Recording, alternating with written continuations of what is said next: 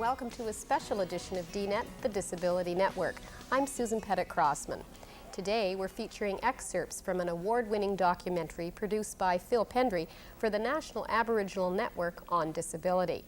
It's titled Little Mountain. The film looks at Donna Goodwater and her ongoing struggle to find the services she needs for her disabled daughter, whose name is Little Mountain. The film was the winner of a Dream Speakers Award last year.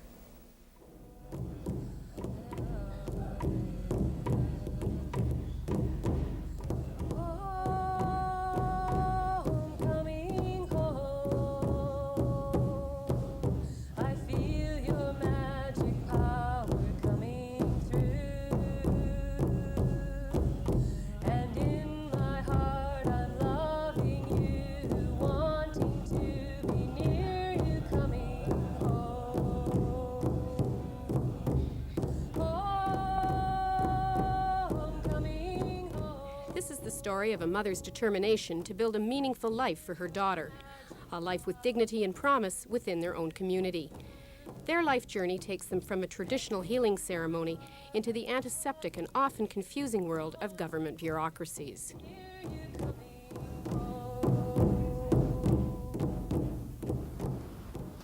I was born here in Vernon. My mom and dad are both from Okanagan Indian Band number 1. My grandparents are also from here, so I go right back to Kuala. When Little Mountain first came home from the hospital, she seemed really healthy and, beautiful baby. I was so proud because she was such a pretty girl. She loved getting her pictures taken. She started, looking like she was developing normally, and we were really pleased with how things were going. And then when she got her immunization, well, we didn't want her to have her 2-month immunization. Me and her dad both had funny feelings. We thought, no, it doesn't feel right. We took her in and got her needle, and everything seemed okay. We got back, and then that night, about 11 o'clock that night, she had a grand mal seizure.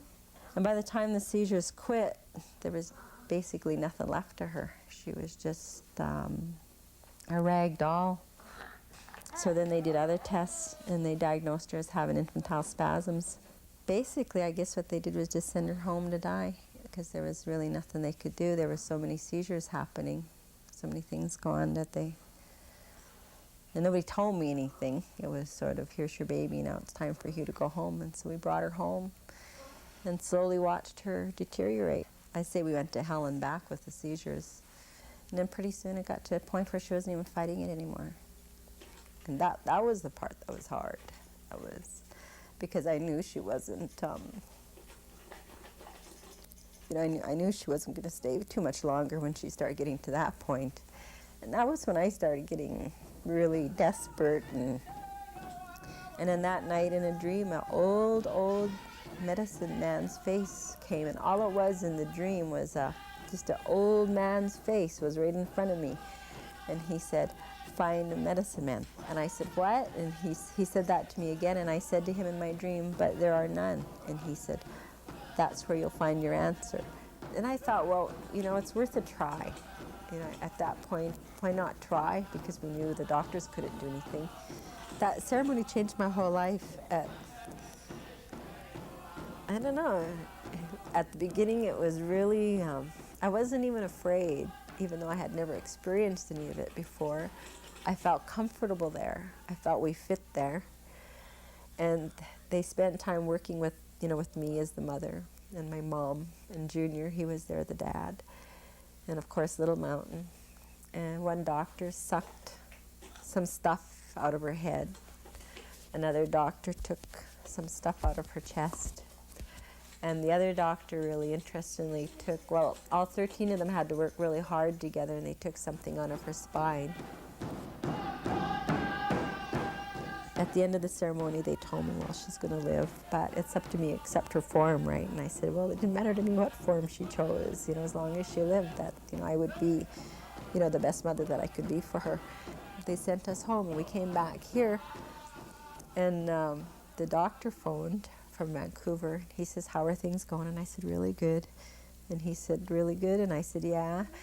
And he says, "Well, how's Little Mountain doing?" I said, "She's doing excellent." I said, "No seizures." She hasn't, I think he phoned about 2 or 3 weeks after we got back. He said, "No seizures?" And I said, "No seizures." And he says, oh no, that's impossible. And I says, well, yeah, no seizures. And he says, what medication have you got her on? And at that time they had her on Tegretol, Rivotril, and Depakine. And they had her on high doses of it.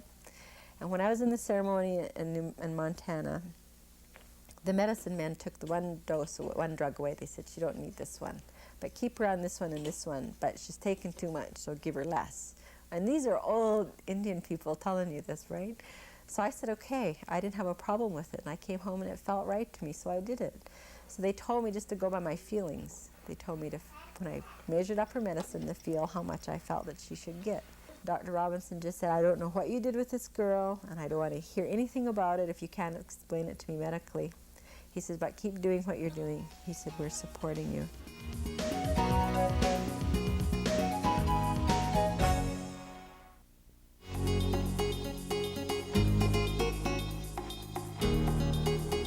And it rose in Germany in the second decade of the 20th century, and the earliest date that I could come up with was 1910. I have learned a lot intellectually. I've learned a lot emotionally, and I've learned a lot personally. And I know for myself as a Native woman, I've really come to terms with who I am as a Native woman, and as a Native mother, and as a mother. And that power that I have as a woman is going to be utilized as well, that somebody is going to hear. And a lot of people are going to hear. And they're going to be able to say, yes, you know, there is a need here, a very real need. And I think we have to do something about it. Because I know for myself, I'm never going to give up. This is something that I feel very, very strongly about. And I really feel that if I work at it hard enough and have enough people working with this with me, we can make changes, positive, holistic changes for our people. Because that's what we need. We deserve it. And as Native people, we deserve to be treated with dignity.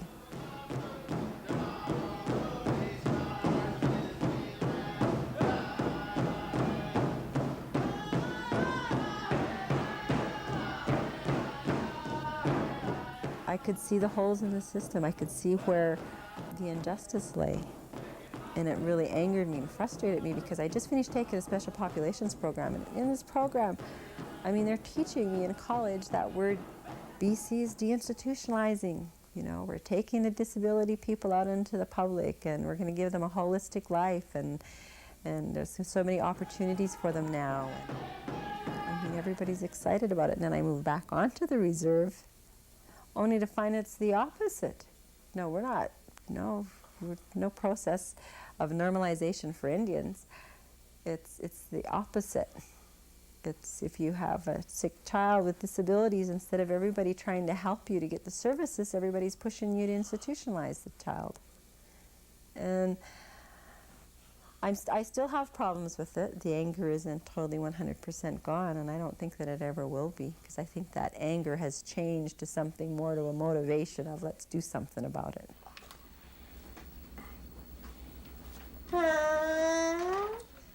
Cough it up. Cough, cough, cough.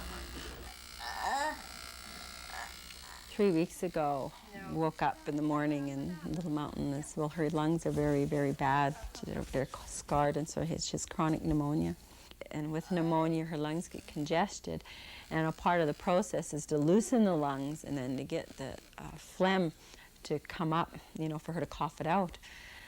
Well, the phlegm had loosened, but it had gotten caught in her throat, and she wasn't strong enough to cough all of it up. So we found she was kind of strangling from the mucus lodged in her throat.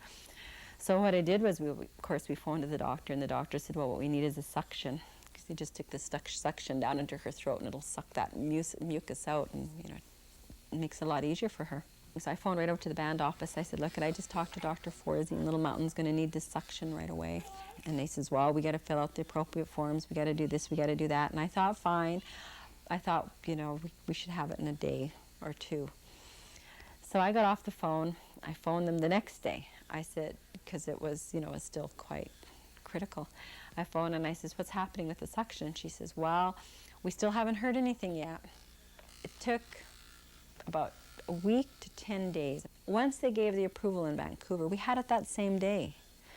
But it took them that week for somebody down there to finally stamp an approval. You know, and she ended up in the hospital. Maybe to them at Region, maybe to them it's a little menial problem, it's nothing. But to us, it was a major problem. She could have died. She could have strangled on her own mucus.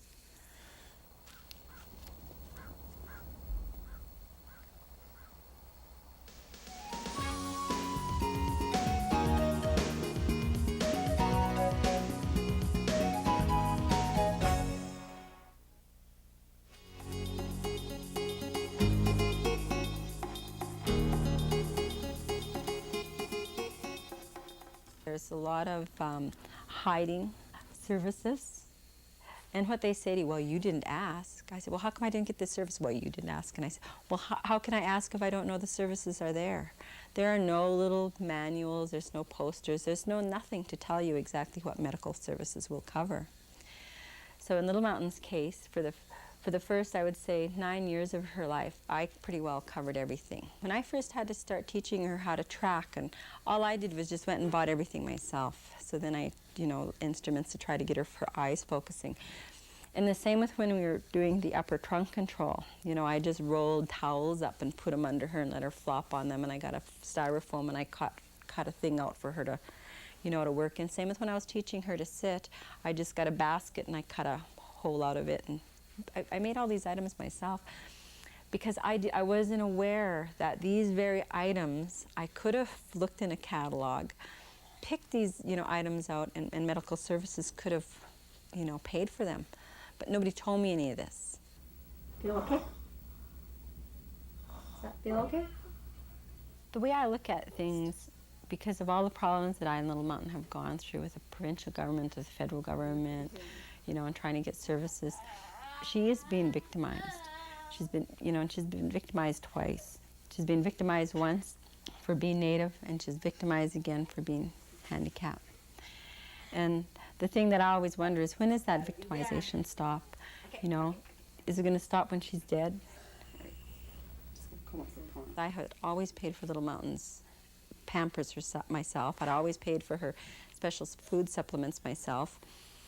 So I thought, well then, I'll just apply to the province and get these other services. So we put in an application. We were denied because if you're a status Indian living on reserve, you're not entitled to BC provincial services. But what they told me is, they said, the reason we can't provide you with the services is because these services are already provided by the federal government. And I said, what? And they said, yes, all you have to do is go to your band and tell them that you need these, and the federal government will supply them. So that's when we found out about all of the mix-ups. So I went to the band, I applied for respite. I said, can I get respite service? They said no. That was through the social services department. I went to the social worker and she said, no, we don't give respite care on reserve. She said, there's no services for children with disabilities on reserve. That's what she told me. So then I went to the medical services and I said, would you pay for Little Mountain to get Pampers and her insure? And they said, no. She laughed at me. She said, are you joking? Why would we pay for that? That's your responsibility. You're the mother. And I said, but if I was living off the reserve, the province would pay for these. And she says, well, we don't pay for them.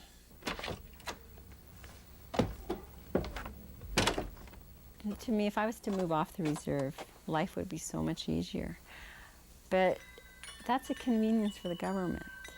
That's making, and a lot of our people are doing that. They are, you hear it time and time again where people are saying they have to move off the reserve to get appropriate services. This is my home.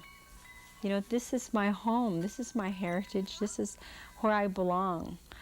And it doesn't make any sense to me to why I should have to move or leave it in order to accommodate the bureaucracy. It doesn't, it's just totally ridiculous if you ask me.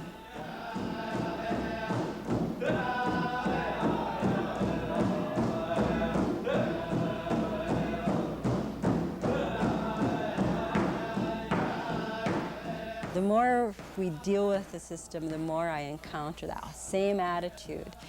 To me, it's like there's some kind of an attitude there somewhere, some written law that Indian people, or Native people, are stupid, and you can tell them anything and they're going to buy into it, and you don't have to give them services, and there's jack all they can do about it. And that's how I see the system.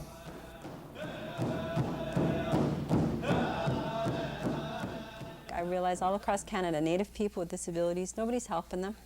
Nobody cares. I mean, all they're doing is studying it to death. First Nations Congress, you hear that the federal government gives all this money. Then you hear First Nation Congress gets all this money. They're doing a survey. BCANS is doing a survey. I mean, who else is doing a survey? How many people across Canada are spending money doing surveys when it's really obvious that the need is there for Natives with disabilities? What I see the problem is band councils. You go to our band office and you say to them, how many people do you have with disabilities and what are their needs? Oh, we don't have any people with disabilities. You go to West Bank, you're going to hear the same thing, Penticton. It's chief and council at that very level, they're still operating in denial. When she gets sick, what I have to do is I have to go to the band office. They have to determine who is going to be responsible for what I'm there for. If I go to the band office for a wheelchair for Little Mountain, then that's in medical services, and so I go to the band's health nurse.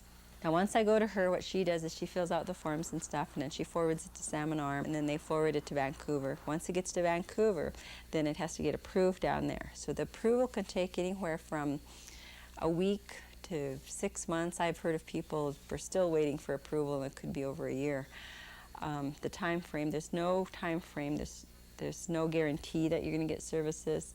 Everything is sort of like ad hoc, right? If you're lucky and somebody's in a good mood one day, you might get your services very quickly. But if you're unlucky, you might not get them. As a person that needs the services, I don't see our needs being met. There's a gap there. There's holes. There's flaws. And it's in all parts of the federal government's programming for Natives. It's in the policies. The policies are full of discrimination. The people that they have hired at the band level are, in a lot of instances, not educated enough to really provide or give appropriate services.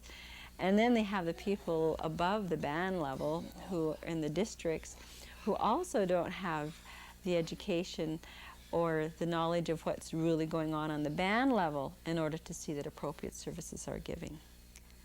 So if you look through the whole system of the federal government, it needs to be totally redone and re-looked at. It's a joke, unfortunately. There you go, LM. Ham and eggs. Ham and eggs today. I don't know how you get through to them. You know, so I look at it now, I guess, in a different light, that at least I know when Little Mountain dies that I gave her the best that I could. I gave her the best. I did the best that I could. But can all the bureaucrats in the Department of Indian Affairs and Medical Services and in the band offices and in the tribal councils and the band councils, can they say that? Can they honestly say that they gave Native children of Canada the best that they could?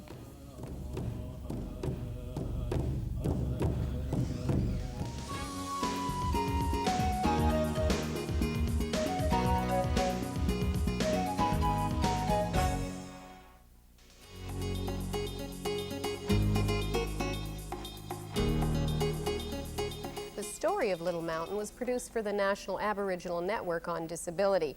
Smokey Tompkins is the president of the network. He spoke with DNET producer Bill McQueen about the film. The film tells the story about Donna Goodwater's struggle to find basic services for her child who is severely disabled. Is this a common story for Aboriginal women? It's real for Donna Goodwater, and the fact that there are a lot of different cultural diversities in Canada among Aboriginal people. You know, some are situated close to urban areas, and some are situated in semi-isolated and isolated communities. The services in these different communities are readily available to some and just not accessible to others. So, as you will note in the film, Donna did say about her reservation, like the band councils are not really aware or knowledgeable of the issues of disabilities. And any other band in Canada who are in the same situation as Donna's band would be like this. However, generally I would say yes, it's the same.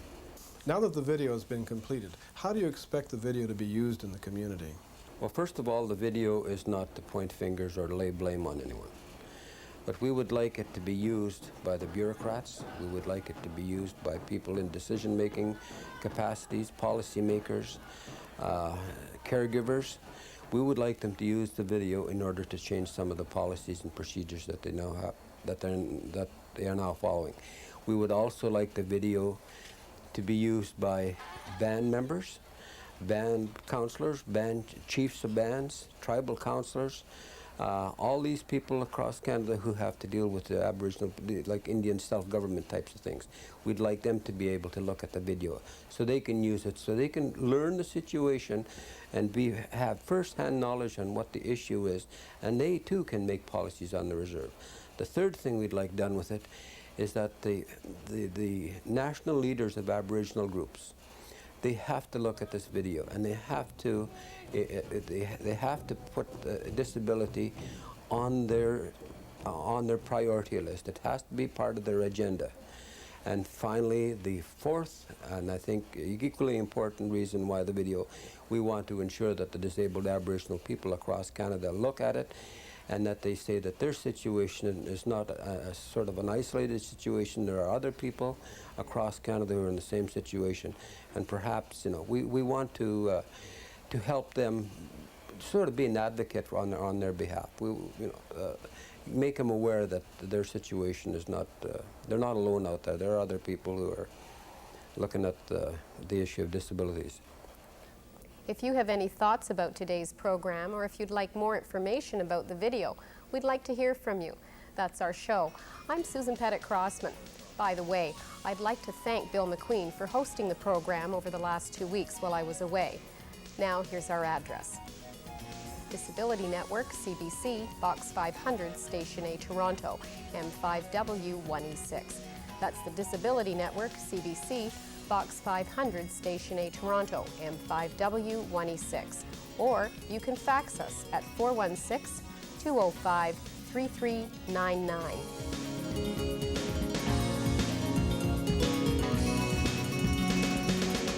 This program is brought to you in part by the Centre for Independent Living in Toronto and the Canadian Association of Independent Living Centres.